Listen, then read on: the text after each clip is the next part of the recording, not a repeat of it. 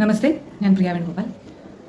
ബാലഭാസ്കർ കേസുമായി ബന്ധപ്പെട്ട് CBI 1 സംഘത്തിന്റെ അന്വേഷണം അവർ പൂർത്തിയാക്കുന്നതും തിരുവനന്തപുരം CJM കോർട്ടിൽ റിപ്പോർട്ട് സമർപ്പിക്കുന്നതും അന്ന് റിപ്പോർട്ട് സമർപ്പിക്കപ്പെട്ടതിനെ തുടർന്നുണ്ടായ ഒരു മാധ്യമ ചർച്ചയ്ക്കിടെ ഞങ്ങളോട് ചോദിച്ചൊരു ചോദ്യം, പൂർണ്ണമായും ദുരൂഹതകളൊന്നും ഇല്ലാത്ത ഒരു അപകട മരണം മാത്രം, അല്ലെങ്കിൽ അപകടം അതേ തുടർന്നുണ്ടായ ഒരു മരണം, സ്വാഭാവിക മരണം, ഈ രീതിയിൽ പൂർത്തിയാക്കിയ ഒരു റിപ്പോർട്ടാണ്, സമർപ്പിക്കപ്പെട്ട ഒരു റിപ്പോർട്ടാണ്. നിങ്ങളുടെ അടുത്ത സ്റ്റെപ്പ് എന്താണെന്ന് ആ റിപ്പോർട്ട് അന്ന് പൂർണ്ണമായും വായിച്ച സമയത്ത് തന്നെ ഞങ്ങൾക്ക് മനസ്സിലായ ബോധ്യപ്പെട്ട ഒരു കാര്യം എന്ന് പറയുന്നത്, അത് ഫുൾ പ്രൂഫ് ഇൻവെസ്റ്റിഗേഷൻ അല്ല, അങ്ങ് ഫുൾ പ്രൂഫ് ആയിട്ടുള്ള റിപ്പോർട്ടുമല്ല. അതിൽ തന്നെ ചോദ്യം ചെയ്യപ്പെടാവുന്ന നിരവധി കാര്യങ്ങളുണ്ടായിരുന്നു. വളരെ ഇമ്പോർട്ടൻ്റ് ആയിട്ടുള്ള സാക്ഷികളുടെ, മെയിൻ പ്രധാന സാക്ഷികളുടെ പോലും അവരുടെ മൊഴികളിൽ പോലും വൈരുദ്ധ്യങ്ങളുണ്ടായിരുന്നു, ലക്ഷ്മിയുടെ ഉൾപ്പെടെ. അപ്പോൾ ഇതൊന്നും ചോദ്യം ചെയ്യപ്പെട്ടിട്ടില്ല. സ്റ്റേറ്റ്മെന്റ് എടുത്തിട്ടുണ്ട്, അതേ തുടർന്ന് എല്ലാം സ്വാഭാവികമായിട്ട് കണ്ടെത്തിയിട്ടുണ്ട്. അപ്പോൾ ആ കാര്യങ്ങൾ ഒക്കെ അവിടെ തന്നെ നിലനിർത്തിയിരിക്കുന്നതിനർത്ഥം ഈ കേസ് ഇനിയും മുന്നോട്ട് പോകാനുള്ള വകുപ്പുണ്ട് എന്നുള്ളത് തന്നെയാണ്. അപ്പോൾ ഈ ഒരു ഘട്ടത്തിൽ അത് അവസാനിപ്പിക്കാം, ഇവർ വീണ്ടും അപ്പീലുമായി പോകും, അപ്പോൾ വീണ്ടും ഇത് തുറക്കാം, വീണ്ടും അതിലും അങ്ങനെ തന്നെ വരും. അങ്ങനെ ഇതൊരു തുടർ കഥയായിക്കോട്ടെ എന്നുള്ളൊരു രീതിയായിരുന്നു ആ റിപ്പോർട്ട് വായിച്ചാൽ നമുക്ക് മനസ്സിലാവുക, CBIയുടെ ഭാഗത്തു നിന്നുള്ള റിപ്പോർട്ട്. ഇപ്പോൾ രണ്ടാം അന്വേഷണം, അതായത് 2023 ഒക്ടോബർ 5-ാം തീയതി വന്ന ബഹുമാനപ്പെട്ട ഹൈക്കോടതിയുടെ വിധിയെ തുടർന്നുള്ള തുടരന്വേഷണം, അതായത് ഫസ്റ്റ് റിപ്പോർട്ട് സാറ്റിസ്ഫാക്ടറി അല്ല, അതേ തുടർന്ന് അന്വേഷിക്കപ്പെടാതെ പോയ ഒരുപാട് സംഗതികൾ അതിനകത്തുണ്ട്, അത് ചെയ്യണമെന്ന് പറഞ്ഞ് കോടതി CBIയെ നല്ല രീതിയിൽ വിമർശിച്ചുകൊണ്ട് തന്നെ വന്ന ആ വിധിയെ തുടർന്നുണ്ടായ ഇൻവെസ്റ്റിഗേഷന്റെ അല്ലെങ്കിൽ ആ തുടരന്വേഷണത്തിന്റെ റിപ്പോർട്ട് ഇപ്പോൾ CJM കോർട്ടിൽ തിരുവനന്തപുരത്ത് വീണ്ടും സമർപ്പിക്കപ്പെട്ടിട്ടുണ്ട്. ആദ്യത്തെ ഘട്ടത്തിൽ ഞാൻ അന്നും പറഞ്ഞിരുന്നു, പലതവണ പറഞ്ഞിട്ടുള്ളതാണ്, CJM കോർട്ടിൽ DRIയുടെ റിപ്പോർട്ട്, ബാലുചേട്ടന്റെ ഫോണുമായി ബന്ധപ്പെട്ട ഫോറൻസിക് തെളിവുകൾ അല്ലെങ്കിൽ അതുമായി ബന്ധപ്പെട്ട അന്വേഷണങ്ങൾ, ഇതൊന്നും CBI നടത്തിയിട്ടില്ല എന്ന് വളരെ വിചിത്രമായ രീതിയിൽ തെളിയിക്കപ്പെട്ടതാണ്. അതായത് ആദ്യം ഇതെല്ലാം കഴിഞ്ഞു, ഇതിൽ അന്വേഷിക്കാനൊന്നുമില്ല എന്ന് പറഞ്ഞ CBIയോട് അതിന്റെ റിപ്പോർട്ടുകൾ എവിടെ എന്ന് കോടതി ചോദിക്കുന്ന ഒരു അവസ്ഥ വരുന്നു. കോടതി ചോദിക്കുമ്പോൾ തങ്ങളുടെ കയ്യിൽ റിപ്പോർട്ടില്ല, ഞങ്ങൾ അത് കണ്ടിട്ടില്ല, വായിച്ചിട്ടില്ല എന്ന CBIക്ക് സമ്മതിക്കേണ്ടി വരുന്നു. സമ്മതിക്കേണ്ടി വന്നതിന്റെ അടിസ്ഥാനത്തിൽ അവർക്ക് വീണ്ടും സമയമെടുത്ത് ഇത് വായിക്കേണ്ടിയോ ഈ റിപ്പോർട്ട് അനലൈസ് ചെയ്യേണ്ടിയോ ഒക്കെ വരുന്നു. അതേ തുടർന്ന് വീണ്ടും അടുത്ത ഉത്തരവുമായി CBI വരുന്നു. അപ്പോൾ ഈ ഘട്ടത്തിലൊക്കെ ഞങ്ങൾ പ്രതീക്ഷിച്ചിരുന്നത് എന്താണെന്ന് വെച്ചാൽ, ഈ ഇത്രത്തോളം ലാഘവത്തോടെയാണ് CBI, അതായത് കോടതിയിൽ വന്ന് കള്ളം പറഞ്ഞാലും കുഴപ്പമില്ല എന്നുള്ള രീതിയിലാണ് CBI അവിടെ നിലപാടെടുത്തിരുന്നത് എന്നുള്ളത് കൊണ്ട് തീർച്ചയായും CJM കോർട്ടിൽ ഈ റിപ്പോർട്ട് അപ്പാടെ തള്ളും, അതോടുകൂടി നമുക്ക് പ്രോപ്പർ ആയിട്ടുള്ള ഇൻവെസ്റ്റിഗേഷന് സാധ്യതയുണ്ട് എന്നുള്ളതായിരുന്നു ഞങ്ങൾ അന്ന് കരുതിയിരുന്നത്. പക്ഷെ നടന്നത് അതല്ല. CJM കോർട്ടിൽ പൂർണ്ണമായും CBIയുടെ റിപ്പോർട്ടിനെ മുഖവിലേക്ക് എടുത്തുകൊണ്ട് അർജുനെതിരെയുള്ള, അതായത് റാഷ് നെഗ്ലിജന്റ് ഡ്രൈവിംഗ് എന്നുള്ള ഒരേ ഒരു കുറ്റത്തിന് അർജുനെതിരെയുള്ള പ്രൊസീഡിങ്സ് അതുമായി മുന്നോട്ട് പോകാനുള്ള നിർദ്ദേശം കൊടുത്തുകൊണ്ട് കേസ് അവസാനിപ്പിക്കുകയായിരുന്നു. എന്ന് മാത്രമല്ല, സോബിക്കെതിരെ, പ്രധാന സാക്ഷിയായി വന്ന സോബിക്കെതിരെ, കലാഭവൻ സോബിക്കെതിരെ CBI കൊടുത്ത ആ ഒരു കേസ്, സാക്ഷിയായി വന്ന ഒരാൾക്കെതിരെ അയാൾ കേസിനെ വഴിതെറ്റിക്കാൻ ശ്രമിക്കുന്നു എന്ന് പറഞ്ഞ് CBI നൽകിയ കേസ്, അതുമായും പ്രൊസീഡിങ്സ് തുടരാൻ വേണ്ടിയിട്ട് CJM കോർട്ട് ഓർഡർ ചെയ്യുകയായിരുന്നു. ഇത് 2023 ഹൈക്കോടതിയിൽ എത്തുന്ന സമയത്താണ് ഞങ്ങളുടെ അഡ്വക്കേറ്റ് രാമൻ കർത്ത അവതരിപ്പിച്ച് ആ കേസ് കൃത്യമായി പഠിച്ച് അതിനെ വളരെ അതിലെ ഓരോ പോയിന്റ്സും കൃത്യമായി തന്നെ വിലയിരുത്തി ഹൈക്കോടതി ഒരു വിധി പുറപ്പെടുവിച്ചത്. അതിൽ ഈ പ്രധാന സാക്ഷിയായി വന്ന കലാഭവൻ സോബിക്കെതിരെ CBI കൊടുത്ത കേസിനെ പോലും നിശിതമായി വിമർശിച്ചുകൊണ്ട് അത് തള്ളിക്കളഞ്ഞുകൊണ്ടാണ് ഹൈക്കോടതി വിധി വന്നത്. കോടതി വിധിയിലെ ഓരോ ഡീറ്റെയിൽസിലേക്കും നമുക്ക് കടക്കേണ്ട കാര്യമില്ല, ഒരുപാട് കാര്യങ്ങൾ പബ്ലിക്കിലുള്ളതാണ്. എന്ന് മാത്രമല്ല, ഇതിലെ പല പോയിന്റ്സും നേരത്തെ ആദ്യം സൂചിപ്പിച്ചതുപോലെ ഇനിയുള്ള റിപ്പോർട്ട് നമുക്ക് ലഭ്യമായി തുടങ്ങിയിരിക്കുന്നു. അതിൽ ഓരോന്നോരോന്ന് വായിച്ചു വരുന്നതിനനുസരിച്ച് ആദ്യം പറഞ്ഞ ഒരു തുടർക്കഥയിലേക്കുള്ള ഒരു പോക്കാണ് ഈ റിപ്പോർട്ടും എന്നാണ് മനസ്സിലാക്കുന്നത്. അതിന്റെ കൂടുതൽ ഡീറ്റെയിൽസ് കോടതിയിലുള്ളത് കൊണ്ട് ഇപ്പോൾ പറയാൻ നിർവാഹമില്ലെങ്കിൽ പോലും ചില കാര്യങ്ങൾ, ഹൈക്കോടതി വിധിയിൽ വന്ന ചില കാര്യങ്ങൾ പറയാതെ പോകാനും നിവൃത്തിയില്ല. ഈ ഘട്ടത്തിൽ കേസ് നിലനിൽക്കുന്നതിന് ആധാരം എന്താണ് എന്നുള്ളതാണ് ഇവിടെ സൂചിപ്പിക്കുന്നത്. കോടതി കുറേയേറെ പോയിന്റ്സ് മെൻഷൻ ചെയ്തതിന് ശേഷം, വളരെ വൈറ്റൽ ആയിട്ടുള്ള കുറേയേറെ പോയിന്റ്സ് ഓരോ കാര്യങ്ങളെക്കുറിച്ച് മെൻഷൻ ചെയ്തതിന് ശേഷം അത് അവസാനിപ്പിക്കുന്ന ഒരു പാരഗ്രാഫ് ഉണ്ട്. The circumstances mentioned above, even if it is assumed to be inconsequential in the ultimate analysis, should have necessarily stirred the incisive mind of an investigative officer, especially since most unanswered areas revolve around the conduct of Sri Prakash Thambi, Sri Vishnu Somasundaram and their associates. Surprisingly, the CBI has not probed deeper into the aforesaid aspects. The astuteness of an expert investigating agency ought to be reflected in leaving no stone unturned during the probe. And an inconsistency or a discrepancy insignificant to the outside world can at times be the lead for unraveling the mysteries to covert actions. To achieve this, a deep and pervasive investigation is required. The doubts expressed by the parents of Balabhaskar cannot, in the above circumstances, be held to be wholly bereft of any basis. പൂർണ്ണമായും തള്ളിക്കളയാവുന്നതല്ല ബാലഭാസ്കറിന്റെ parents ഉന്നയിച്ചിട്ടുള്ള ചോദ്യങ്ങൾ. കാരണം ഈ മുൻപേ പറഞ്ഞ ഒരുപാട് situations എല്ലാം ചുറ്റിപ്പറ്റി നിൽക്കുന്നത് ആരെയാണ്? ഗോൾഡ് സ്മഗ്ലിംഗിൽ പിടിയിലായ പ്രകാശ് തമ്പിയെയും വിഷ്ണു സോമസുന്ദരത്തെയും അവരുടെ ഈ രണ്ടുപേരുടെയും അസോസിയേറ്റ്സിനെയും ബന്ധപ്പെട്ടാണ്. When it is felt that the investigation conducted has not been penetrating and the final report has still left several loose ends and many stones unturned, the imprimatur of a comprehensive investigation cannot be accorded by the court. അതായത് പല കാര്യങ്ങളിലേക്കും ഇനി സംശയങ്ങൾ നീളുന്ന രീതിയിൽ തന്നെയാണ് അത് ഉള്ളത്. അതുകൊണ്ട് നമുക്കത് സംശയങ്ങളെ തള്ളിക്കളയാൻ കഴിയില്ല. അതുകൊണ്ട് തുടർന്ന് അന്വേഷിക്കുക. 3 മാസം കൊടുത്തത് അങ്ങനെയാണ്. ഈ അന്വേഷിക്കണം എന്ന് പറഞ്ഞതിലെ ഒരു ഭാഗം നമുക്ക് ഇന്നൊന്ന് പരിശോധിക്കാമെന്ന് വിചാരിക്കുന്നു. കോടതി വിധിയുടെ ബാക്കിയാണ് ഞാൻ ഈ സംസാരിക്കുന്നത്. നേരത്തെ പറഞ്ഞതുപോലെ പല മാധ്യമങ്ങളിലൂടെയും റിപ്പോർട്ടിന്റെ ചില ഭാഗങ്ങളൊക്കെ വന്നു തുടങ്ങിയിട്ടുണ്ട്, അല്ലെങ്കിൽ മനസ്സിലാക്കാൻ കഴിഞ്ഞിട്ടുണ്ട് അഡ്വക്കേറ്റിലൂടെയും അല്ലാതെയും ഒക്കെ. അപ്പോൾ ആദ്യം പറഞ്ഞ പോലെ ഒരു തുടർക്കഥയ്ക്കുള്ള സാധ്യതയാണ് നമ്മളിവിടെ കാണുന്നത്. 2021 20ലും 21ലുമായി നമ്മൾ ആദ്യമായി അറിഞ്ഞ്, അതായത് 2018 ആക്സിഡന്റ് നടക്കുന്നു, ലോക്കൽ പോലീസ് അന്വേഷണം നടക്കുന്നു, ക്രൈംബ്രാഞ്ചിന്റെ അന്വേഷണം തുടങ്ങുന്നു. ആ സമയത്തൊന്നും ചിത്രത്തിലില്ലാത്ത ഒരു ഭാഗമാണ് മെഡിക്കൽ കോളേജ് എന്നത്. മെഡിക്കൽ കോളേജിലേക്ക് ബാലുചേട്ടനെയും ലക്ഷ്മിയെയും അർജുനെയും ആംബുലൻസിൽ 108ലും അല്ലാതെയുമുള്ള ആംബുലൻസിൽ കൊണ്ടുവന്ന സമയത്ത് അവിടെ ഒരു ഡോക്ടർ, ഒരു ജൂനിയർ ഡോക്ടറായിരുന്നു. അദ്ദേഹം വരുന്നു, കാണുന്നു, ഇവരുടെ അവസ്ഥകൾ മനസ്സിലാക്കുന്നു. ബാലഭാസ്കർ കോൺഷ്യസ് ആയിരുന്നു. അദ്ദേഹം സംസാരിച്ചു. സെൻസേഷൻ ഇല്ല എന്നുള്ളത് പറഞ്ഞു, കഴുത്തിന് താഴെ അറിയുന്നില്ല എന്നുള്ളത് പറഞ്ഞു. ഇവരുടെ ചികിത്സയ്ക്കായുള്ള സ്കാനിങ്ങും ലക്ഷ്മിക്ക് ഒരു ട്രിപ്പ് സ്റ്റാർട്ട് ചെയ്തിരുന്നു ആ സമയത്ത് തന്നെ. അപ്പോൾ ഇത്രയും പ്രൊസീജിയർ ആരംഭിച്ചതിൻ്റെ തൊട്ടുപുറകെ അവർ സ്കാനിങ്ങിന് വേണ്ടിയിട്ടുള്ള ഒരുക്കങ്ങൾ തുടങ്ങി. തിരിച്ചു വരുന്നതിനിടെ ബന്ധുക്കൾ ഈ ആൾക്കാരെ കൊണ്ടുപോയി. ബാലുചേട്ടൻ നല്ല ഡ്രൈവർ എന്നുള്ളത് അവിടെ ഡോക്ടർ ഫൈസൽ എന്നാണ് അദ്ദേഹത്തിന്റെ പേര്, ആ കണ്ട ആള്. അദ്ദേഹം കൃത്യമായിട്ട് പറയുന്നുണ്ട് ഡ്രൈവർ മറ്റേ ആളായിരുന്നു എന്ന് അദ്ദേഹത്തിനോട് ബാലുചേട്ടൻ തന്നെ പറഞ്ഞ കാര്യം പറയുന്നുണ്ട്. ഇവിടെ നിന്ന് ഇദ്ദേഹം പറയുന്നത് ഡോക്ടർ ഫൈസലിന്റെ അന്നത്തെ മൊഴി, ഒരു മാധ്യമത്തിലാണ് ഡോക്ടർ ഫൈസൽ ആദ്യമായിട്ട് ഇക്കാര്യം പറയുന്നത്. ലോക്കൽ പോലീസോ അത് കഴിഞ്ഞ് വന്ന ക്രൈംബ്രാഞ്ചോ ഇവരുടെ മൊഴി രേഖപ്പെടുത്തിയിട്ടില്ല, ഡോക്ടേഴ്സിന്റെ മൊഴി രേഖപ്പെടുത്തിയില്ല, വൂണ്ട് സർട്ടിഫിക്കറ്റ് അവിടെ നിന്ന് വാങ്ങിച്ചിരുന്നില്ല. ഓർക്കണം, വളരെ വളരെ ക്രൂഷ്യൽ ആയിട്ടുള്ള ഒരു ആരോപണമായിരുന്നു അവിടെ നിന്നുള്ള ഡിസിഷൻ എന്നുള്ളത്. അനന്തപുരി ഹോസ്പിറ്റലിലേക്ക് പോയതിന്റെ ഡിസിഷൻ. അതേ ചൊല്ലി തന്നെ ഞങ്ങൾ ഉന്നയിച്ച ചോദ്യങ്ങൾക്ക് ഉത്തരം കണ്ടെത്തിയ ക്രൈംബ്രാഞ്ച് മെഡിക്കൽ കോളേജിലേക്ക് പോയിട്ട് തന്നെയില്ല, അവരുടെ മൊഴിയൊന്നും രേഖപ്പെടുത്തി തന്നെയില്ല. CBIയുടെ ഇതിലാണ്, അതായത് ക്രൈംബ്രാഞ്ചിന്റെ ഇതിൽ ഇതൊന്നും ചെയ്തിട്ടില്ല എന്ന് നമ്മൾ പറഞ്ഞതിന് ശേഷമാണ് CBIയുടെ കേസിൽ ഈ കാര്യങ്ങൾ വരുന്നത്. അപ്പോഴും ഡോക്ടർ ഫൈസൽ കൃത്യമായിട്ട് ആ മൊഴിയെല്ലാം കൊടുത്തിട്ടുണ്ടായിരുന്നു.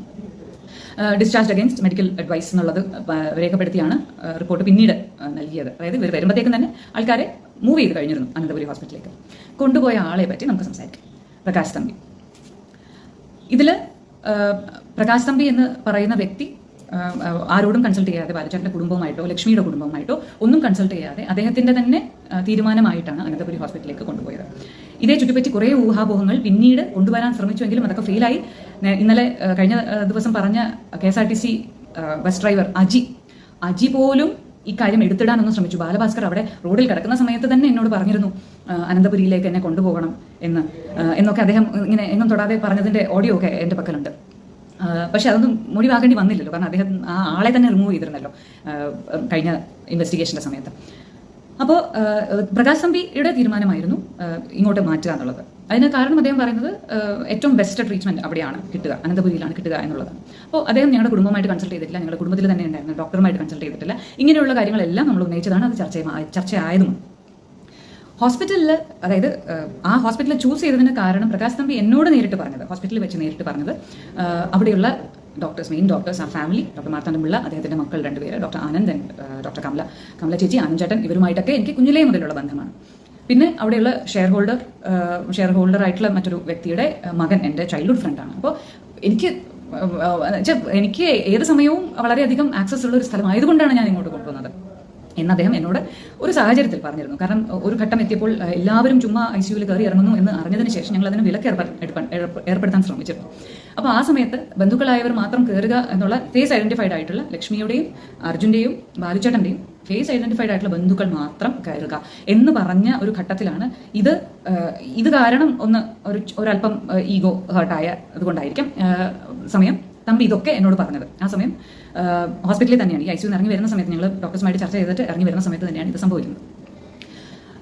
തമ്പി അങ്ങനെ സ്വന്തം നിലയ്ക്ക് ഒരു തീരുമാനം എടുത്തു എന്ന് പറയുമ്പോഴും ഈ ഹോസ്പിറ്റലിന്റെ കാര്യത്തിൽ സംശയം വരാനുള്ള കാരണം എന്താണെന്ന് വെച്ചാൽ, ഇതൊരു കോർപ്പറേറ്റ് ഹോസ്പിറ്റലാണ്. അവിടെ സ്വാഭാവികമായിട്ടും ഒരു MLC വന്നാൽ, ഒരു മെഡിക്കൽ ലീഗൽ കേസ് വന്നാൽ പാലിക്കേണ്ട ചില കാര്യങ്ങളുണ്ട്. കൃത്യമായ സമയം രേഖപ്പെടുത്തണം, അവിടെ ഡ്രൈവർ ആരാണെന്നുള്ളത് രേഖപ്പെടുത്തണം, ഡ്രൈവേഴ്സിന്റെയും പാസഞ്ചേഴ്സിന്റെയും അവസ്ഥ എന്താണെന്നുള്ളത് അനലൈസ് ചെയ്യണം. അതായത് ബ്ലഡ് ടെസ്റ്റ് നടത്തണം, ബവൽ ടെസ്റ്റ് നടത്തണം, ഡ്രങ്കൺ ഡ്രൈവിംഗ് ആയിരുന്നു എന്നുള്ളത് കൃത്യമായിട്ട് രേഖപ്പെടുത്തണം. ഇങ്ങനെയുള്ള ഒരുപാട് കാര്യങ്ങളുണ്ടല്ലോ. ഇതൊന്നും അവിടെ പാലിക്കപ്പെട്ടിരുന്നില്ല. അവിടെ ആദ്യം അറ്റൻഡ് ചെയ്ത ഒരു ഡോക്ടർ ഞങ്ങളുടെ പേഴ്സണൽ പരിചയമുള്ളത് കൊണ്ട് മാത്രം ഡോക്ടർ ടു ഡോക്ടർ കോൺവെർസേഷനിൽ പറഞ്ഞതാണ് 4:10 മോളെ കൊണ്ടുവന്നുള്ളത്. ഈ 4:10 എന്നുള്ളത് പിന്നീട് രേഖകളിലേക്ക് വന്ന സമയത്ത്, അതായത് വിവാദങ്ങളൊക്കെ വന്നതിന് ശേഷം രേഖകളിലേക്ക് വന്ന സമയത്ത് സമയം മാറുകയുണ്ട്. അപ്പോൾ അവസാനമുള്ള രേഖയിൽ മറ്റൊരു സമയമാണ്. ഈ കഴിഞ്ഞ ദിവസം ഞാൻ പറഞ്ഞിരുന്നല്ലോ, 3:30 ഇതേപ്പറ്റി അറിഞ്ഞ ആളുകളുണ്ട്. കുഞ്ഞിനെ ഹോസ്പിറ്റലിലേക്ക് കൊണ്ടുവരുന്ന സമയത്ത് ഇമ്മീഡിയറ്റ്ലി ഇത് ആരാണ്, ആരുടെ കുഞ്ഞാണ്, ഇതൊന്നും അറിവില്ല. എന്നിട്ട് പോലും അതങ്ങനെ തന്നെ അറിഞ്ഞ ആൾക്കാർ 3:30 ശേഷം 4 മണിക്കുള്ളിൽ തന്നെ അറിഞ്ഞ, അല്ലെങ്കിൽ 4-5 മുന്നേ അറിഞ്ഞ ആൾക്കാർ മറ്റുള്ളവരുണ്ട്, ഫ്രണ്ട്സ് ഒക്കെ ഉണ്ട് എന്നുള്ളതും മൊഴികളിലുണ്ട്. 3:30 ആദ്യത്തെ കോൾ എന്നൊക്കെ പറഞ്ഞുള്ള കാര്യങ്ങളൊക്കെ ഉണ്ട്. അപ്പോൾ ഈ 4:10 എന്നുള്ള രേഖ അത് മാറി അത് കഴിഞ്ഞിട്ട് കുറച്ചുകൂടെ ലേറ്റ് ആയിട്ടുള്ള ഒരു സമയമായി. അത് കഴിഞ്ഞിട്ട് വീണ്ടും അതിലും മാറ്റങ്ങൾ വന്നിട്ടുണ്ട്. ചോദ്യം ചെയ്യാതെ നിവൃത്തി ഉണ്ടായിരുന്നില്ല ഞങ്ങൾക്ക് ഈ മാറ്റങ്ങളെ കുറിച്ച്. അതുപോലെ ICUവിൽ എല്ലാവരും കയറി ഇറങ്ങുന്നുണ്ടായിരുന്നു. അന്ന് ഇദ്ദേഹത്തിന് പരിചയമുള്ള, ഈ പ്രകാശ് തമ്പിക്ക് പരിചയമുള്ള ഒരു ഡോക്ടർ കൽപ്പന, അവരവിടെയല്ല ജോലി ചെയ്തിരുന്നത്. Sushruta medical college, Sushruta clinic എന്ന് പറഞ്ഞിട്ട് പോത്തൻകോട് അവരൊരു ക്ലിനിക്ക് നടത്തുന്നുണ്ട്. അപ്പോൾ അവിടെയുള്ള ഡോക്ടറാണ്. പക്ഷെ അവർക്ക് ഇവിടെ നല്ല ഹോൾഡ് ഉള്ളതുകൊണ്ട് അവർ വഴി കുറേയേറെ പേർ ICUവിൽ കയറുന്നുണ്ടായിരുന്നു എന്നുള്ളതായിരുന്നു ഞങ്ങളുടെ ആദ്യ ദിവസങ്ങളിലെ ഇൻഫർമേഷൻ. ഇത് തമ്പിയും ഞങ്ങളോട് പറഞ്ഞ കാര്യമാണ്. അവർക്കറിയാം, അവർ വഴി ഉണ്ട്, ഞങ്ങൾക്ക് ആക്സസ് ഉണ്ട് എന്നുള്ളത്. പക്ഷെ ഇത് കഴിഞ്ഞിട്ട് ഇതെല്ലാം മാറി. ഇവരാരും ആ രീതിയിലൊന്നും ശ്രമിച്ചിട്ടില്ല, അങ്ങനെ ആരും പോയിട്ടില്ല എന്നൊക്കെയായി കാര്യങ്ങൾ. അപ്പോൾ അതവിടെ നിൽക്കട്ടെ. തമ്പി ഹൈക്കോടതി വിധിയിൽ എടുത്തു പറഞ്ഞ 3-4 പോയിന്റ്സ് ഉണ്ട്. അതിലൊന്ന്, തമ്പി ഈ അപകടം നടക്കുന്നതിൻ്റെ തലേ ദിവസം 24-ാം തീയതി രാത്രി ആകാശ് ഷാജി എന്ന് പറഞ്ഞൊരു വ്യക്തിയുമായി ദീർഘനേരം സംസാരിച്ചിട്ടുണ്ട്, ഏകദേശം ഒരു 8.5 മിനിറ്റ്. ആ രാത്രി ആകാശ് ഷാജി എന്ന് പറയുന്ന ജിത്തു എന്ന് പറയുന്ന വിഷ്ണു സോമസുന്ദരത്തിന്റെ കസിൻ വിഷ്ണുവിനോടൊപ്പം ദുബായിലാണ്. അപ്പോൾ ഈ ആകാശ് ഷാജിയോട്, അതായത് ഈ ആകാശ് ഷാജി എന്ന് പറയുന്ന ജിത്തു എന്ന് പറയുന്ന ആൾ ഗോൾഡ് സ്മഗ്ലിംഗ് കേസിൽ ഒരു മിഡിൽമാൻ ആണ്, ദുബായ് ബേസ്ഡ് ആയിട്ട് വർക്ക് ചെയ്യുന്ന ഒരു മിഡിൽമാൻ ആണ് ആകാശ് ഷാജി എന്ന് പറയുന്ന ഈ ജിത്തു. ബാലുചേട്ടന്റെ ചുറ്റും ഉണ്ടായിരുന്നു ആ ഒരു കാലയളവിൽ എന്നുള്ളതിന് ഒരു തെളിവ് നമുക്കുണ്ടായിരുന്നത്, ബാലുചേട്ടൻ പ്രളയ സമയത്ത് സൺ ഹോംസിന്റെ മുമ്പിൽ നിന്ന് ഒരു ലൈവ് വീഡിയോ ചെയ്തിട്ടുണ്ടായിരുന്നു. ആ ലൈവ് വീഡിയോ ചെയ്യുന്ന സമയത്ത് ബാലുചേട്ടന്റെ ചുറ്റും ഈ സാധനങ്ങൾ കൊണ്ടുപോകുന്നതുമായി ബന്ധപ്പെട്ട കാര്യങ്ങളൊക്കെ നടക്കുന്നുണ്ട്. കളക്ഷൻ പോയിന്റ് ആയിട്ടാണ് സൺ ഹോംസ് അദ്ദേഹം പറയുന്നത് അതിനകത്ത്. അപ്പോൾ ബാലുചേട്ടൻ പറയുന്നതിൽ ഒരു നമ്പർ ബാലുചേട്ടൻ കാണാതെ പറയുന്നുണ്ട്, അത് തമ്പിയുടെ നമ്പറാണ്. രണ്ടാമതൊരു നമ്പർ വിഷ്ണുവിനോട് ചോദിച്ചിട്ട് പറയാൻ പറയുന്നുണ്ട്, വിഷ്ണു പറഞ്ഞു കൊടുക്കുന്നുണ്ട്, അത് കാണിക്കുന്നുണ്ട്, അത് ജിത്തുവിന്റെ നമ്പറാണ്. ഈ സമയത്ത് തന്നെ ജിത്തു എന്ന് പറയുന്ന ഒരാൾ പുറകെ മിന്നിമായുന്നുണ്ട്. ബാലുചേട്ടൻ്റെ ആ വിഷ്വൽസ്, ലൈവ് വിഷ്വൽസ് കണ്ടാൽ അറിയാം. അപ്പോൾ ഈ ജിത്തു ആണ് ദുബായിലെ മിഡിൽമാൻ ആണ് എന്ന് പറയുന്നത്, വിഷ്ണുവിന്റെ കസിനാണ്. അപ്പോൾ ഈ ജിത്തു എന്ന ആകാശ് തമ്പിയുമായി ആകാശ് ഷാജിയുമായി പ്രകാശ് തമ്പി എന്തിന് ഇത്ര നേരം സംസാരിക്കണം, അതും 24-ാം തീയതി രാത്രി? ഈ ചോദ്യം വ്യക്തമായിട്ട് കോടതി ചോദിച്ചിട്ടുണ്ട്. അതിനുള്ള ഉത്തരങ്ങൾ ഇത്തവണത്തെ റിപ്പോർട്ടിൽ ഉണ്ട് എന്നുള്ളത് നമുക്കറിയാം. അത് എങ്ങനെ വരും എന്നുള്ളത് അറിയാൻ ക്യൂരിയോസിറ്റിയോട് കൂടി തന്നെയാണ് ഞങ്ങൾ കാത്തിരിക്കുന്നത്. പിന്നെ രണ്ടാമത്തെ കാര്യം പറയുന്നത്, ഈ 24-ാം തീയതി രാത്രി തന്നെ, അതായത് ഏകദേശം 8 മണി അടുപ്പിച്ച് പ്രകാശ് തമ്പി ഈ പള്ളിപ്പുറം, ഈ ആക്സിഡന്റ് നടന്ന സ്ഥലവുമായി ഒരുപാട് ദൂരമില്ലാത്ത പോത്തൻകോട് എന്ന് പറയുന്ന സ്ഥലത്ത് ATM-ൽ നിന്ന് 25,000 രൂപ പിൻവലിച്ചിട്ടുണ്ട്. അപ്പോൾ അത് തമ്പി പറഞ്ഞത് മറ്റാവശ്യങ്ങൾക്കാണ്. കാരണം ഇവരുടെ പ്രകാശ് തമ്പിയുടെ ഭാര്യ ഈ സുശ്രുത ക്ലിനിക്കിൽ അഡ്മിറ്റഡ് ആയിരുന്നു, അവരുടെ ഗൈനക് റിലേറ്റഡ് ഇഷ്യൂസിന് വേണ്ടി, ചികിത്സയ്ക്ക് വേണ്ടിയിട്ട്. അപ്പോൾ അതിനുവേണ്ടി എടുത്ത പണമാണ്, അതിനുവേണ്ടി വിഡ്രോ ചെയ്ത പണമാണ്. പക്ഷേ തമ്പി അതിനു മുമ്പ് കൊടുത്ത മൊഴിയിൽ ഈ പ്രകാശ് തമ്പിയുടെ ഭാര്യയായ അനുശ്രീയെ ഡിസ്ചാർജ് ചെയ്തിരിക്കുന്നത് അന്നേ ദിവസം വൈകിട്ടാണ്, 24-ാം തീയതി വൈകിട്ടാണ്. പിന്നെ സന്ധ്യ കഴിഞ്ഞിട്ട് ഇയാൾ എന്തിനാണ് പണം എടുത്തത് എന്നൊരു ചോദ്യം വന്നു. ഈ പോത്തൻകോട് ഈ സ്ഥലത്ത് നിന്ന് ഷോർട്ട് കട്ട് ഉണ്ട് ഈ പള്ളിപ്പുറം അപകടം നടന്ന സ്ഥലത്തേക്ക് എത്താനായി. അപ്പോൾ ഈ ഏരിയയിൽ തമ്പി ആ രാത്രി ഉണ്ടായിരുന്നു എന്നുള്ളതിന് ഒരു തെളിവുണ്ടല്ലോ. ആ രാത്രി തമ്പി അവിടെ തന്നെ ഉണ്ടായിരുന്നതിനുള്ള കാരണം ചോദിച്ചിട്ടുണ്ട്. അപ്പോൾ ഇതും ഹൈക്കോടതി ചൂണ്ടിക്കാട്ടിയ ഒരു കാര്യമാണ്. മൂന്നാമതൊരു കാര്യം എന്ന് പറയുന്നത്, ഈ അപകടം നടന്നതിന് ശേഷം 25-ാം തീയതി രാവിലെ 6 മുതൽ 7:30 വരെയുള്ള സമയത്താണ് തമ്പി പള്ളിപ്പുറം കടന്ന് മംഗലപുരം പോലീസ് സ്റ്റേഷനിൽ പോയി ബാലുചേട്ടൻ്റെ മൊബൈൽ ഫോൺ, വാലറ്റ്, അങ്ങനെ തുടങ്ങിയ സാധനങ്ങൾ കൈപ്പറ്റിയിരിക്കുന്നത് വിത്തൗട്ട് എ റെസീപ്റ്റ്. അത് രേഖപ്പെടുത്തിയിട്ടില്ല, പോലീസ് സ്റ്റേഷനിൽ നിന്ന് റെസീപ്റ്റ് കൊടുത്തിട്ടില്ല. അപ്പോൾ അങ്ങനെ ആരുമല്ലാത്ത ഒരാൾക്ക് പോലീസ് സ്റ്റേഷനിൽ നിന്ന് എങ്ങനെയാണ് സാധനം കിട്ടുക എന്നുള്ളത് ന്യായമായുമുള്ള സംശയമാണല്ലോ. കുടുംബാംഗമല്ല എന്നുള്ള നിലയിൽ കുടുംബാംഗങ്ങൾ ആരും കൂടെയില്ല, തമ്പിയും ഒരു സ്ത്രീയും എന്നാണ് അതിൽ പോലീസുകാരൻ്റെ ആ കോൺസ്റ്റബിളിൻ്റെ മൊഴി. പക്ഷെ അവിടെയും തമ്പി അതേക്കുറിച്ച് പറഞ്ഞിരിക്കുന്നത് 9 മുതൽ 10 മണി വരെ, ആ ഗ്യാപ്പിലാണ്, ആ സമയത്താണ് ഞാൻ പോയി കളക്ട് ചെയ്തത്, സാധനം ഫോണും വാലറ്റും കളക്ട് ചെയ്തതെന്നാണ് തമ്പി പറഞ്ഞിരുന്ന സ്റ്റേറ്റ്മെൻറ്റ്. അത് ഈ CDR-ഉമായി താരതമ്യം ചെയ്യുമ്പോൾ, തമ്പിയുടെ ബാലുചേട്ടൻ്റെ ഫോണിൻ്റെ CDR-ഉമായി താരതമ്യം ചെയ്യുമ്പോൾ പൊരുത്തപ്പെടുന്നുണ്ടായിരുന്നില്ല. അതാണ് ഹൈക്കോടതി എടുത്ത് ചോദിച്ചത്. അതെങ്ങനെ വരും, തമ്പിക്ക് എങ്ങനെ കൈമാറാൻ കഴിയും, റെസിപ്റ്റ് ഇല്ലാതെ എങ്ങനെ കൊടുക്കാൻ കഴിയും? തമ്പിയുടെ മൊഴി പ്രകാരമുള്ള 9 to 10 അല്ല, CDR പ്രകാരമുള്ള സമയം 6 to 7:30 ആണ്. പോലീസുകാരുടെ മൊഴിയിലും 6 to 7:30 ഒരാളും വണ്ണമുള്ള ഒരാളും ഒരു സ്ത്രീയും വന്നാണ് സാധനങ്ങൾ കളക്ട് ചെയ്തത്.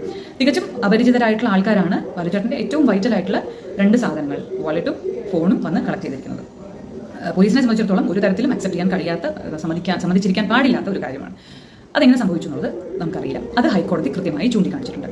ഇത് സംശയിക്കത്തക്കതായി ഇതിലൊന്നും ഇല്ല എന്ന് CBI ഓരോ തവണയും പറയാനുണ്ടായ കാരണം അത് തമ്പി പറഞ്ഞു ഇന്ന ആവശ്യത്തിന് വേണ്ടിയിട്ടാണ്.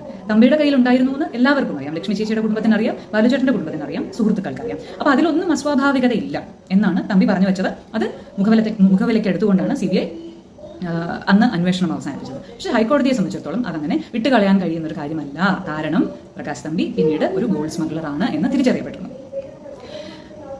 ഒരു കാര്യം കൂടെ ഉള്ളത്, ജിഷ്ണു എന്ന് പറയുന്ന വ്യക്തി, പൂന്തോട്ടം ലതയുടെ മകനായ ജിഷ്ണു എന്ന വ്യക്തി തലേദിവസം രാത്രി പ്രകാശ് തമ്പിയുടെ വീട്ടിലുണ്ടായിരുന്നു.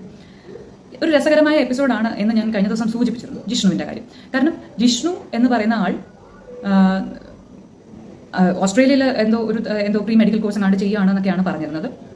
അത് കഴിഞ്ഞ് അവിടെ നിന്ന് എറണാകുളത്ത് വന്നു, തൃശ്ശൂർ വന്നു. 23-ാം തീയതി മുഴുവൻ അയാളുടെ CDR പ്രകാരം തൃശ്ശൂരിൽ തന്നെയുണ്ട്. 23-ാം തീയതി രാത്രി, അർദ്ധരാത്രിയോടുകൂടി അയാൾ തൃശ്ശൂരിൽ നിന്ന് തിരുവനന്തപുരത്തേക്ക് പുറപ്പെടുന്നു. നോക്കൂ, ഈ ജിഷ്ണുവിൻ്റെ അമ്മയാണ് വടക്കുന്നാഥ ക്ഷേത്രത്തിലുള്ള കാര്യങ്ങളെല്ലാം ഇവർക്ക് വേണ്ടി അറേഞ്ച് ചെയ്യുന്നത്, ബാലുചേട്ടനും ലക്ഷ്മിക്കും കുഞ്ഞിനും വേണ്ടി അറേഞ്ച് ചെയ്യുന്നത്. പക്ഷേ ജിഷ്ണു, ഇത് പൊരുത്തക്കേടുകൾ വരുന്ന വിധം ഒന്ന് ആലോചിക്കണം. അതായത് ജിഷ്ണു 24-ാം തീയതി രാത്രി അവിടെ നിന്ന് പുറപ്പെട്ട്, 23-ാം തീയതി മിഡ്നൈറ്റ് അവിടെ നിന്ന് പുറപ്പെട്ട് 24-ാം തീയതി വെളുപ്പിനെ ഒരു 7:30 കൂടി തിരുവനന്തപുരത്ത് എത്തുന്നു. തമ്പിയെ വിളിക്കുന്നു, തമ്പിയുടെ വീട്ടിലേക്ക് പോകുന്നു. ബാലുചേട്ടനും കുടുംബവും 8 മണി അടുപ്പിച്ച് തിരുവനന്തപുരത്ത് നിന്ന് തൃശ്ശൂരേക്ക് പോകുന്നു. അതായത് ജിഷ്ണുവിൻ്റെ അമ്മ തന്നെ അറേഞ്ച് ചെയ്ത കാര്യങ്ങൾ അറ്റൻഡ് ചെയ്യാൻ വേണ്ടിയിട്ട്. ഈ ജിഷ്ണു വന്നതിന് കാരണം പറഞ്ഞത് മെഡിക്കൽ അഡ്മിഷനുമായി ബന്ധപ്പെട്ട് ഇയാൾ ഒരുപാടടുത്ത് ഈ പ്രീ മെഡിക്കൽ കോഴ്സ് ചെയ്തു. ഇയാളുടെ പഠനാവശ്യത്തിനായി ബാലുചേട്ടൻ ഒരുപാട് കാശ് മുടക്കിയിട്ടുണ്ട്, ഒരുപാട് പ്രാവശ്യം കൊടുത്തിട്ടുണ്ട്. റഷ്യയിൽ പോയി എന്ന് പറയുന്നു, ഓസ്ട്രേലിയയിൽ പോയി എന്ന് പറയുന്നു. ഇതിനൊക്കെ ബാലുചേട്ടൻ്റെ കയ്യിൽ നിന്നും കാശ് വാങ്ങിയിട്ടുണ്ട്. ഇതെല്ലാം അറിയുന്ന ഒരുപാട് പേരുണ്ട്. അതൊക്കെ രേഖാമൂലമാണോ അക്കൗണ്ട് ട്രാൻസ്ഫർ ആണോ എന്നുള്ളതും ഒന്നും തൊട്ടിട്ടില്ലാത്ത വിഷയമാണ്, അതൊന്നും അന്വേഷിച്ചിട്ടില്ലാത്ത വിഷയമാണ്. കൊടുത്ത 10 ലക്ഷം രൂപ തിരിച്ചു തന്നു. ഇത് മാത്രമാണ് സ്ഥിരമായി കേൾക്കുന്ന പല്ലവി. പക്ഷേ അല്ലാതെ തന്നെ ഒരുപാട് തുക ഇയാൾക്ക് വേണ്ടിയിട്ട് തന്നെ ചിലവാക്കിയിട്ടുണ്ട്, കൊടുക്കേണ്ടി വന്നിട്ടുണ്ട് എന്നുള്ളത് അറിയുന്ന കാര്യമാണ്. ബാലുചേട്ടൻ്റെ അച്ഛനും അറിയുന്ന കാര്യമാണ്, ബാലുചേട്ടൻ തന്നെ പറഞ്ഞു. അപ്പോൾ ഇയാൾ വന്ന് തിങ്കളാഴ്ച രാവിലെ, അല്ലെങ്കിൽ ഈ 25-ാം തീയതി രാവിലെ തന്നെ അയാൾക്ക് എവിടെയോ കുറേ പേപ്പേഴ്സ് സമർപ്പിക്കാനുണ്ടെന്നോ അല്ലെങ്കിൽ അവിടെ നിന്ന് ആരോടോ എൻക്വയറി ചെയ്യാനുണ്ടെന്നോ ഒക്കെ പറഞ്ഞാണ് ഇയാൾ വരുന്നത്. വന്ന ആൾ തമ്പിയുടെ കൂടെ തന്നെയുണ്ട്, തമ്പിയുടെ കൂടെ രാത്രിയുണ്ട്. അങ്ങനെയാണ് ലതയുടെ കോൾ ജിഷ്ണുവിന് ആദ്യം വരുന്നത്. 4:15 കഴിഞ്ഞിട്ട് അപകടം നടന്നു എന്നുള്ളത് ജിഷ്ണു വഴി തമ്പി അറിയുന്നു. അങ്ങനെയാണ് പിന്നെ കാര്യങ്ങൾ നടക്കുന്നത്. അപ്പോൾ ഈ ജിഷ്ണു എന്ന് പറയുന്ന ആൾ എന്തിനു വന്നു, എങ്ങനെ വന്നു എന്നുള്ളതൊക്കെ വലിയ ചോദ്യങ്ങളാണ്. കലാഭവൻ സോബി എന്ന സാക്ഷി ആദ്യം മീഡിയയിലൂടെ സംസാരിച്ച് തുടങ്ങിയ സമയത്ത് പറഞ്ഞൊരു കാര്യം, കലാഭവൻ സോബി എന്ന് പറയുന്നത് ഒരു കൃത്യമായി തന്നെ കോടതി നിരീക്ഷിച്ച മറ്റൊരു കാര്യമായതുകൊണ്ട്, അദ്ദേഹവുമായി ബന്ധപ്പെട്ടുള്ള കാര്യങ്ങൾ കൃത്യമായി തന്നെ കോടതി നിരീക്ഷിച്ചൊരു കാര്യമായതുകൊണ്ട് അത് മറ്റൊരു വീഡിയോയിൽ പറയാം. എന്നിരുന്നാലും ഇതൊന്ന് സൂചിപ്പിക്കട്ടെ. കലാഭവൻ സോബി പറഞ്ഞതിൽ ഒരു കാര്യമുണ്ടായിരുന്നു. കാറ് മുന്നോട്ട് എടുക്കുന്ന സമയത്ത് സൈഡിലൂടെ വണ്ണമുള്ള ഒരാളും ബർമുഡയും ടീഷർട്ടാണ് തോന്നുന്നു ധരിച്ചിരിക്കുന്ന ഒരു ഫ്രഞ്ച് ബിയർഡുള്ള ഒരു കൊച്ചു പയ്യനും തുഴഞ്ഞു പോകുന്നുണ്ടായിരുന്നു എന്നാണ്. അതായത് വണ്ടിയിൽ നിന്ന് ഇറങ്ങി തന്നെ, വണ്ടി സ്റ്റാർട്ടാക്കാതെ തന്നെ തുഴഞ്ഞു പോകുന്നത് കണ്ടിരുന്നു, അതിർത്തി വെച്ച് പോകുന്നത് പോലെ കണ്ടിരുന്നു എന്ന് കലാഭവൻ സോബി പറയുന്നുണ്ട്. ആ സമയത്ത് ന്യായമായി നമുക്ക് തോന്നുന്ന ഒരു ശരീരപ്രകൃതമാണ് നമുക്ക് ഒന്ന് സിമിലാരിറ്റി പറയാവുന്ന ശരീരപ്രകൃതമാണ് തമ്പിയുടെയും ജിഷ്ണുവിൻ്റെയും. ഇവർ ഒരുമിച്ചായിരുന്നു രാത്രി മുഴുവൻ. പക്ഷെ അന്ന് CDR പ്രകാരം ഇതൊന്നും ഇവരില്ല എന്നൊക്കെ പറഞ്ഞാണ്, ആ സ്ഥലത്തില്ലായിരുന്നു അല്ലെങ്കിൽ ഇവിടെ അല്ലായിരുന്നു എന്നൊക്കെ പറഞ്ഞാണ് ഇവരുടെ എന്താ പറയുക അവരുടെ ആ പ്രസൻസിനെയൊക്കെ മാറ്റിമറിച്ചത്. പക്ഷേ ഈ CDR പ്രകാരം തന്നെ സമയം എന്താണെന്നുള്ളതിനെ കുറിച്ച് അപ്പോഴും ധാരണയില്ല എന്നുള്ളത് ഒന്നുകൂടി പറയട്ടെ. അപകടത്തിന്റെ കൃത്യമായ സമയം അല്ലെങ്കിൽ സോബി അവരെ കണ്ടു എന്ന് പറയുന്ന സമയത്തെക്കുറിച്ചൊന്നും കൃത്യമായ ധാരണ ഇപ്പോഴുമില്ല, ഇപ്പോഴുമില്ല. കാരണം നേരത്തെ പറഞ്ഞ പോലെയുള്ള ഒരുപാട് കൺഫ്യൂഷൻസ് ഉണ്ട്. എവിടെയാണ് ഈ ഇടപെടലുകൾ വന്നത്, കൃത്യമായിട്ട് ഏത് സ്ഥലത്താണ് ഈ ഇടപെടലുകളൊക്കെ നടന്നിരിക്കാൻ സാധ്യത എന്നുള്ളതിനെക്കുറിച്ച് ഒരുപാട് ചോദ്യങ്ങൾ ഇപ്പോഴും നിലനിൽക്കുന്നുണ്ടല്ലോ, കൺഫ്യൂഷൻസ് ഒരുപാട് നിലനിൽക്കുന്നുണ്ടല്ലോ. അപ്പോൾ ഈ ജിഷ്ണുവിന്റെ അന്ന് രാത്രി തന്നെയുള്ള വരവ് എന്ന് പറയുന്നത് ഒരു വലിയ ചോദ്യമാണ്. അതും തമ്പിയുടെ കൂടെ. അടുത്ത ദിവസം മുതൽ തമ്പിയുടെ കൂടെ തന്നെ ഇയാളുണ്ട് താനും. തമ്പി നേരത്തെ 25-ാം തീയതി തന്നെ വാലറ്റും പേഴ്സും കളക്ട് ചെയ്തു എന്ന് പറഞ്ഞല്ലോ. ബാലഭാസ്കറിന്റെ കുടുംബമായി അല്ലെങ്കിൽ ബാലഭാസ്കറിന്റെയും കുടുംബത്തിന്റെയും ഭാഗമായി ലക്ഷ്മിയുടെ അനിയൻ പ്രസാദ് ഈ ബാക്കി സാധനങ്ങൾ കൈപ്പറ്റിയിരിക്കുന്നത് 29-ാം തീയതി മാത്രമാണ്, വിത്ത് റെസീപ്റ്റ്. അവിടെ കൃത്യമായ നടപടിക്രമം നടന്നിട്ടുണ്ട്. അപ്പോൾ അതിൽ വെറുതെ സൂചിപ്പിച്ചിട്ടുണ്ട് ഇന്ന സാധനങ്ങൾ തമ്പി കൊണ്ടുപോയിട്ടുണ്ട്. അതിലും ആർക്കും അന്ന് സംശയമൊന്നും തോന്നിയില്ല എന്നുള്ളതാണ് കോടതി അസ്വാഭാവികമായിട്ട് പറയുന്നത്. കാരണം എന്താണ്, ഈ ഗോൾഡ് സ്മഗ്ലിംഗ് കേസുമായി ബന്ധപ്പെട്ട കാര്യങ്ങളെല്ലാം വന്നപ്പോഴത്തേക്കും നമ്മുടെ ലക്ഷ്മി ബാലഭാസ്കറിന്റെ പേജിലുള്ള ഒഫീഷ്യൽ പേജിൽ വന്നിരുന്നു. ഇവർ വെറും പ്രോഗ്രാം കോർഡിനേറ്റേഴ്സ് ആണ്. ചെറിയ കാര്യങ്ങൾ ചെയ്യുമ്പോൾ അതിനുള്ള ശമ്പളം കൊടുത്തിരുന്നു. അങ്ങനെ അല്ലാതെ വേറൊരു പരിചയവുമില്ല. അപ്പോൾ അങ്ങനെ ഒരു തേർഡ് പാർട്ടിക്ക് ഈ സാധനങ്ങൾ കൈമാറിയതിൽ അസ്വാഭാവികത ഇല്ലേ എന്നുള്ളത് ന്യായമായുള്ളൊരു ചോദ്യം ഞങ്ങൾക്കുണ്ടായിരുന്നത് തന്നെയാണ് കോടതിയും ചോദിച്ചത്. അപ്പോൾ നേരത്തെ പറഞ്ഞല്ലോ, ഞങ്ങൾക്ക് ഹോസ്പിറ്റലിന്റെ ആ നിന്ന സമയത്തൊക്കെ തമ്പി ആരാണെന്നുള്ളത് അറിയാം, തമ്പി ഇവർക്ക് വേണ്ടി എല്ലാം ചെയ്യുന്ന ആളാണെന്ന് അറിയാം. കാരണം ബാലുചേട്ടൻ എപ്പോഴും തമ്പിയെ അത്രത്തോളം വിശ്വസിച്ചിരുന്നു എന്നുള്ളത് ഞങ്ങൾക്ക് നന്നായിട്ട് അറിയുന്ന കാര്യമാണ്. ഞങ്ങളുടെ കുടുംബത്തിന് ബാലുചേട്ടൻ ഇതൊന്നും അറിയാതെയാണ്, അതായത് ഇവരുടെ ഈ ബാക്കിയുള്ള ഒരു ക്രിമിനൽ ബാക്ക്ഗ്രൗണ്ടോ അല്ലെങ്കിൽ ഇവർ പാരലായിട്ട് ചെയ്തു പോയിക്കൊണ്ടിരുന്ന കാര്യങ്ങളെക്കുറിച്ചോ യാതൊരു ധാരണയും ബാലുചേട്ടൻ ഇല്ലായിരുന്നു എന്ന് ഞങ്ങൾ വിശ്വസിക്കാനുള്ള ഏറ്റവും വലിയ കാരണവും അത് തന്നെയാണ്. അങ്ങനെ അറിഞ്ഞിരുന്ന ഒരാളാണെങ്കിൽ ഇവരെ ഇങ്ങനെ പരിവാരങ്ങളായി കൊണ്ട് നടക്കില്ലായിരുന്നു. ഇപ്പോൾ ഞങ്ങളുടെ വീട്ടിൽ അമ്മ ഉണ്ടായിരുന്നു, 2017 വരെ അമ്മ ഉണ്ടായിരുന്നു. അപ്പോൾ അമ്മൂമ്മയ്ക്ക് വയ്യാതായ ഒരു സമയത്ത് ഇവിടെ ഒരു ഡൊമസ്റ്റിക് ആവശ്യങ്ങൾ വന്നപ്പോൾ, സർവൻറ്റിനെ പറ്റിയുള്ള ആവശ്യങ്ങൾ വന്നപ്പോഴും ഒക്കെ, ഹോം നഴ്സിനെ പറ്റിയുള്ള ആവശ്യങ്ങൾ വന്നപ്പോഴും ഒക്കെ ഇമ്മീഡിയറ്റ് ആയിട്ട് ബാലുചേട്ടൻ ഇടപെട്ട സമയത്ത്, അല്ലെങ്കിൽ ബാലുചേട്ടൻ കേട്ട സമയത്ത് ഇമ്മീഡിയറ്റ് ആയിട്ട് തമ്പിയോട് പറഞ്ഞാൽ മതി, തമ്പി വഴി അറേഞ്ച് ചെയ്യാൻ പറ്റും. തമ്പിക്ക് ഒരുപാട് കോൺടാക്ട്സ് ഉണ്ട്. തമ്പി അങ്ങനെ ഒരു ഏജൻസിയുമായിട്ട് ബന്ധപ്പെട്ട് വർക്ക് ചെയ്യുന്ന ആളാണ്, അല്ലെങ്കിൽ പരിചയക്കാരുണ്ട്. അപ്പോൾ അങ്ങനെ ഏതിനും ബാലുചേട്ടനുമായി ബന്ധപ്പെട്ട എല്ലാ കാര്യത്തിനും തമ്പിയെ വിളിക്കാമെന്നുള്ളത് അല്ലെങ്കിൽ തമ്പിയെ അറിയാമെന്നുള്ളത്, ബാലുചേട്ടൻ്റെ അച്ഛൻ 2016 ഹോസ്പിറ്റലൈസ്ഡ്, സ്ട്രോക്ക് വന്ന് ഹോസ്പിറ്റലൈസ്ഡ് ആയ സമയത്തും എല്ലാ കാര്യത്തിനും ബാലുചേട്ടൻ വിളിക്കേണ്ടി വരുന്ന സാഹചര്യത്തിലെല്ലാം തമ്പിയെയാണ് വിളിച്ചുകൊണ്ടിരുന്നത്. ഇവർക്ക് വീട് നോക്കാം, ഇവർ അവിടെ നിന്ന് മാറി താമസിക്കണം, അതായത് എപ്പോഴും വണ്ടി കൃത്യമായിട്ട് ആക്സസ് ഉള്ള അല്ലെങ്കിൽ ആംബുലൻസ് സർവീസോ അല്ലെങ്കിൽ എന്തെങ്കിലും ഒരു എമർജൻസി സർവീസ് ആവശ്യമുള്ള ഒരു ഘട്ടത്തിൽ കുറച്ചുകൂടെ റോഡ് ആക്സസ് ഉള്ള ഒരു വീട്ടിലേക്ക് മാറി താമസിക്കണം എന്നൊക്കെ പറയുമ്പോൾ എന്നാൽ ഞാൻ വിഷ്ണുവിനോട് വേണ്ടി ചോദിക്കാം, സൺഹോംസുമായിട്ടൊക്കെ ബന്ധപ്പെട്ടുള്ള ആളല്ലേ എന്ന് ബാലുചേട്ടൻ പറയുന്നതൊക്കെ നമുക്ക് എല്ലാവർക്കും അറിയുന്നതാണ്. അപ്പോൾ കള്ളത്തരങ്ങളാണ് ഇവരെല്ലാം നടത്തുന്നതെന്നുണ്ടായിരുന്നെങ്കിൽ ബാലുചേട്ടൻ അങ്ങനെ ഞങ്ങളെ പോലെയുള്ള, ബാലുചേട്ടൻ്റെ ഇമ്മീഡിയറ്റ് ഫാമിലി അല്ലെങ്കിൽ അവിടെയുള്ള ലക്ഷ്മിയോ ബാക്കിയുള്ളവരോ അറിഞ്ഞോട്ടെ, ഞങ്ങളെ പോലെയുള്ള ഇടയ്ക്കിടയ്ക്ക് മാത്രം ബാലുചേട്ടൻ കാണുന്നവരുടെ അടുത്ത് പോലും ഇവരെ പറ്റി ബാലുചേട്ടൻ വളരെ കാര്യമായി തന്നെയാണ് സംസാരിച്ചിരുന്നത്. വിഷ്ണുവിനെ വിശ്വാസമില്ലായിരുന്നു എന്നുള്ളതിന് ഒരുപാട് അനുഭവങ്ങളുണ്ട്, എക്സാമ്പിൾസ് ഉണ്ട്. ബാലുചേട്ടൻ അച്ഛനോടും അമ്മയോടും ഒക്കെ പറഞ്ഞ ഒരുപാട് കാര്യങ്ങളുണ്ട്. ബാലുചേട്ടൻ്റെ മുൻ സ്റ്റാഫിനും ഇതേപ്പറ്റിയൊക്കെ അറിയാമായിരുന്നു. പക്ഷേ തമ്പി എന്നൊരു വ്യക്തിയെ ബാലുചേട്ടൻ 100% വിശ്വസിച്ചിരുന്നു എന്നുള്ളത് ഏറെ ദുഃഖകരമായിട്ടുള്ളൊരു കാര്യമാണ് ഈ ഒരു ഘട്ടത്തിൽ. എനിക്കങ്ങനെയാണ് പറയാൻ തോന്നുന്നത്. തമ്പി ബാലുചേട്ടനെ പൂർണ്ണമായും പറ്റിച്ചു. ബാക്കിയുള്ളവരെയൊക്കെ പറ്റി ബാലുചേട്ടന് ഒരു ധാരണ ഉണ്ടായിരുന്നു എന്നാണ് ഞാൻ മനസ്സിലാക്കുന്നത്. ഇതുവരെയുള്ള ഒരു എന്താ പറയുക, ഒരു മനസ്സിലാക്കൽ, മൊത്തത്തിലുള്ളൊരു അവസ്ഥ മനസ്സിലാക്കുമ്പോൾ അതുവരെയുള്ള കാര്യങ്ങളോ ബാലുചേട്ടൻ പറഞ്ഞ കാര്യങ്ങളോ ബാലുചേട്ടൻ അച്ഛനോടും അമ്മയോടും പറഞ്ഞ കാര്യങ്ങളോ ബാലുചേട്ടൻ മറ്റ് സുഹൃത്തുക്കളോട് പറഞ്ഞ കാര്യങ്ങളോ ഒക്കെ പരിശോധിക്കുമ്പോൾ ബാക്കിയുള്ളവരെയൊക്കെ മാറ്റി നിർത്തിയാലും തമ്പിയെ ബാലുചേട്ടൻ വിശ്വസിച്ചിരുന്നു പൂർണ്ണമായും. അതുകൊണ്ട് തന്നെ ബാലുചേട്ടൻ്റെ മ്യൂസിക് സർക്കിളിൽ പോലും ഏതൊരു ആവശ്യത്തിനും തമ്പിയെ വിളിക്കുക എന്നുള്ളതായിരുന്നു ഒരു അണ്ടർസ്റ്റാൻഡിങ്. സോബി പറഞ്ഞതിൻ്റെ വാലിഡിറ്റി വരുന്നതും അവിടെയാണ്. അതായത് സോബി പറഞ്ഞിരുന്നു ഇത് എന്ത് ചെയ്യണം എന്നറിയില്ല, സോബി അഡ്വക്കേറ്റിനെ ആദ്യമേ വിളിക്കുന്നു ഇങ്ങനെ ഒരു കാര്യം നടന്നു എന്ന് പറഞ്ഞിട്ട്. അപ്പോൾ അഡ്വക്കേറ്റ് പറയുന്നുണ്ട് ഈ എല്ലാ പ്രശ്നത്തിലും ചെന്ന് പെടണ്ട, വിട്ടേരെ, മിണ്ടാതിരിക്കുന്നതാണ് നല്ലത് എന്ന് പറഞ്ഞിരുന്നു. പക്ഷേ അത് കഴിഞ്ഞിട്ടാണ് ഇങ്ങനെ വീണ്ടും ഈ കേസുമായിട്ട് ബന്ധപ്പെട്ട് ആരോടിച്ചു അങ്ങനെയുള്ള കാര്യങ്ങളൊക്കെ ചർച്ചകളൊക്കെ വരുന്ന വാർത്തകളൊക്കെ കണ്ട സമയത്താണ് മധു ബാലകൃഷ്ണൻ, ഒരു കോമൺ ഫ്രണ്ട് ആണല്ലോ, ഒരു ചെറിയ ബന്ധമുണ്ടല്ലോ എന്നൊക്കെ അറിയാവുന്നതുകൊണ്ട് മധു ബാലകൃഷ്ണനെ, സോബിക്ക് നന്നായിട്ട് അറിയുന്ന ഒരു വ്യക്തിയാണ് മധു ബാലകൃഷ്ണൻ. അപ്പോൾ അദ്ദേഹത്തെ വിളിക്കുന്നു. അദ്ദേഹം തമ്പിയെ വിളിക്കുന്നതാണ് കറക്റ്റ്, അയാളാണ് എല്ലാം നോക്കുന്നത് എന്ന് പറയുന്നു. സോ ഇതെല്ലാവർക്കും അറിയുന്ന ഒരു കാര്യമാണല്ലോ മ്യൂസിക് സർക്കിളിലും. അപ്പോൾ തമ്പിയെ സോബി വിളിച്ചതും തമ്പി തിരിച്ചു വിളിച്ചതും ഇതെല്ലാം CDR ഉണ്ട്, ക്രൈംബ്രാഞ്ച് തന്നെ കൃത്യമായി കണ്ടെത്തിയതാണ്. 2018 നടന്നൊരു കാര്യം. അപ്പോൾ അത് നടന്നു എന്ന് പറയുന്ന സ്ഥിതിക്ക് അതൊക്കെ വളരെ കൃത്യമാണ്, അല്ലെങ്കിൽ കള്ളം പറഞ്ഞിട്ടില്ല എന്ന് മനസ്സിലാക്കുന്ന സ്ഥിതിക്ക് അയാൾ പറഞ്ഞ കാര്യങ്ങൾ എന്തെങ്കിലുമൊക്കെ കാര്യം കാണില്ലേ എന്ന് ചിന്തിക്കാവുന്നതല്ലേ ഉള്ളൂ. പക്ഷെ ഈ സാക്ഷിയെ മറ്റു പല സാക്ഷികളെ ഒഴിവാക്കിയതുപോലെയല്ല, ഈ സാക്ഷിയെ കള്ളനാക്കണം എന്നുള്ളൊരു നിർബന്ധ ബുദ്ധിയാണ് പോലീസ് കാണിച്ചത്. പോലീസ് കാണിച്ചതും ക്രൈംബ്രാഞ്ച് കാണിച്ചതും അതെ. അത് കഴിഞ്ഞ് CBI കുറച്ചുകൂടെ നാക്കം കൂട്ടി കേസ് തന്നെ കൊടുത്തു, വഴിതെറ്റിക്കാൻ ശ്രമിച്ചു എന്ന് പറഞ്ഞു. എങ്ങനെ എന്നുള്ളത് നമുക്ക് വീണ്ടും വിശദമായിട്ട് സംസാരിക്കാം. പക്ഷേ ഈ തമ്പിയുടെ കാര്യത്തിൽ ആകാശ് ഷാജി എന്ന ഗോൾഡ് സ്മഗ്ലിംഗ് മിഡിൽമാനുമായിട്ടുള്ള ഇയാളുടെ സംസാരം, പിന്നെ നമ്മുടെ എന്താ പറയുക ATM-ൽ നിന്ന് പൈസ എടുത്ത കാര്യം, ഫോണും വാലറ്റും കളക്ട് ചെയ്തു എന്ന് പറയുന്ന കാര്യം. ഫോണും വാലറ്റും എന്ന് പറയുന്നത് വളരെ ഇന്ന് ഒരു അപ്ഡേറ്റിൽ കണ്ടത്, കുഞ്ഞിൻ്റെയും ബാലുചേട്ടൻ്റെയും ഒക്കെ പിക്ചേഴ്സ് ലക്ഷ്മി കാണുന്നത് ഓർത്തിട്ട് അത് സഹിക്കാൻ വയ്യാതെ കയ്യിൽ വെച്ചിരുന്നു എന്നുള്ളതാണ്. ലക്ഷ്മിയെ വേദനിപ്പിക്കാതിരിക്കാൻ, ലക്ഷ്മി സ്റ്റേബിൾ ആകുന്നത് വരെ. പക്ഷേ ഫോൺ ആവശ്യപ്പെട്ടു എന്ന് ലക്ഷ്മി പറയുന്നത് അമ്മയാണ്. അമ്മയ്ക്ക് അങ്ങനത്തെ ബുദ്ധിമുട്ട് ഉണ്ടാവണമെന്നില്ലല്ലോ, അപ്പോൾ അമ്മയ്ക്ക് കൊടുക്കാമല്ലോ. അമ്മ ലക്ഷ്മിയുടെ അവസ്ഥ അറിഞ്ഞ് പിന്നീട് അത് വേണമെങ്കിൽ ലക്ഷ്മിയുടെ കയ്യിൽ കൊടുക്കാമല്ലോ. അങ്ങനൊരു ചോദ്യം ആരും ചോദിച്ചു കണ്ടില്ല.